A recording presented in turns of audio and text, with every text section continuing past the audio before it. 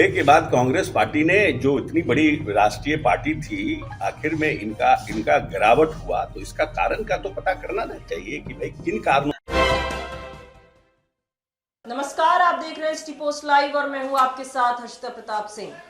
मोकामा में जबरदस्त गोलीबारी होती है, फायरिंग होती है। पूर्व बाहुबली विधायक अनंत सिंह पर हमला भी होता है, बाल बाल उनकी जान बच जाती है। जिस पर आरोप लगता है सोनू मोनू गैंग, उसका सोनू सरेंडर कर देता है, गिरफ्तार हो जाता है। अनंत सिंह भी पूरे मामले को लेकर आत्मसमर्पण कर देते हैं, इस वक्त न्यायिक हिरासत में है। और इस पूरे मामले को लेकर जब बिहार में मंत्री अशोक चौधरी से सवाल किए जाते हैं तो वो भड़क जाते हैं। दरअसल पहले वो इस बात का समर्थन करते नजर आए, अनंत सिंह का साथ देते नजर आए और कहा कि अनंत सिंह उसके मुंशी के घर पर जा रहे थे जिसके घर पे ताला मार दिया गया था, और अगर किसी के साथ ऐसा होगा तो उसे बचाने के लिए कोई ना कोई पहुंचेगा ही, या किसी पर गोलियां चलेंगी तो अपनी जान बचाने के लिए जवाबी कार्रवाई कोई करेगा ही। अब इतनी बड़ी घटना हो जाती है, गोलीबारी की घटना हो जाती है, और इस पर सफाई देते हैं अशोक चौधरी कि अगर किसी की जान पर बात बनाएगी तो सामने वाला जवाबी कार्रवाई करेगा ही करेगा। लेकिन साथ ही साथ लॉ एंड ऑर्डर पर सवाल उठते ही अशोक चौधरी गजब भड़क जाते हैं। हम आपको उनका ये बयान सुनवाते हैं। लेकिन हम किसी आदमी के जमीन पर जाकर झंझट करेंगे तो naturally he will react because he has to save his land. एक तो वो मामला है, और दूसरा जो मामला था उस पर हम पहले ही कह चुके हैं। एज ए जनप्रतिनिधि वो गए वहां, किसी गरीब आदमी के यहाँ कोई ताला लगा देगा और बार बार वो गए वहां, कोई गोली चला दे। आज तक गोली चलाया बिहार में लॉ एंड ऑर्डर ठीक है, बिल्कुल लॉ एंड ऑर्डर का कहीं कोई एक आज आप बताइए ना, ये जो लोग लॉ एंड ऑर्डर पर प्रश्न उठा रहे हैं, एक भी डॉक्टर था बिहार में? कितने डॉक्टर का अपहरण हुआ था?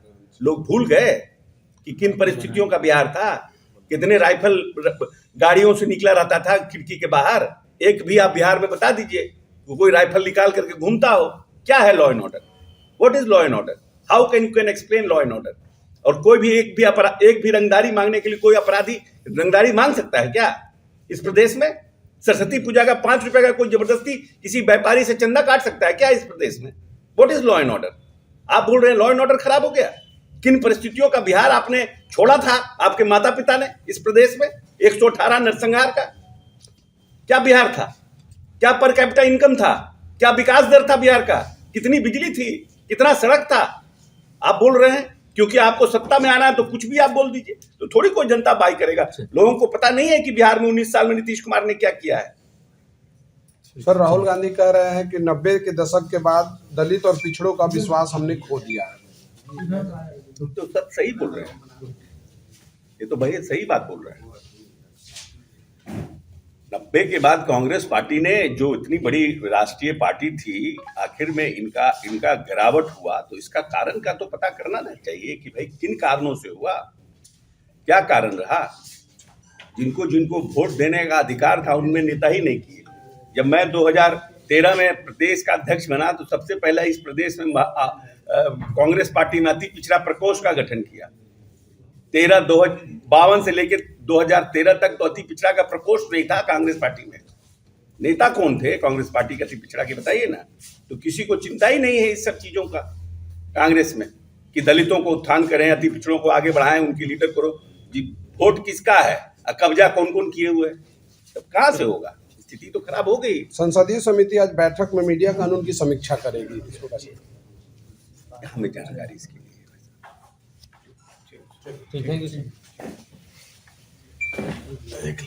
तो मोकामा में जो घटना हुई, जो ताबड़तोड़ फायरिंग हुई, लगभग 100 राउंड गोलियां चलती हैं, पूरा इलाका दहशत में हो जाता है। इस मामले पर अनंत सिंह का साथ तो दे ही रहे थे अशोक चौधरी, लेकिन जैसे ही पत्रकारों द्वारा ये सवाल किया जाता है कि जो विपक्ष है वो लॉ एंड ऑर्डर का सवाल उठा रहा है, तो अशोक चौधरी गुस्से से फायर हो जाते हैं और कहने लगते हैं कि जो विपक्ष सवाल खड़े कर रहा है वो विपक्ष याद करे कि उनके कार्यकाल में बिहार की स्थिति क्या थी। जो डॉक्टर थे घर से नहीं निकल सकते थे, बिहार में डॉक्टर बचते नहीं थे, सब पलायन करके बाहर चले जाते थे। साथ ही साथ शाम में लोग बाहर नहीं निकल सकते थे, जबरदस्ती चंदा लिया जाता था, लेकिन अब ऐसी स्थिति नहीं है।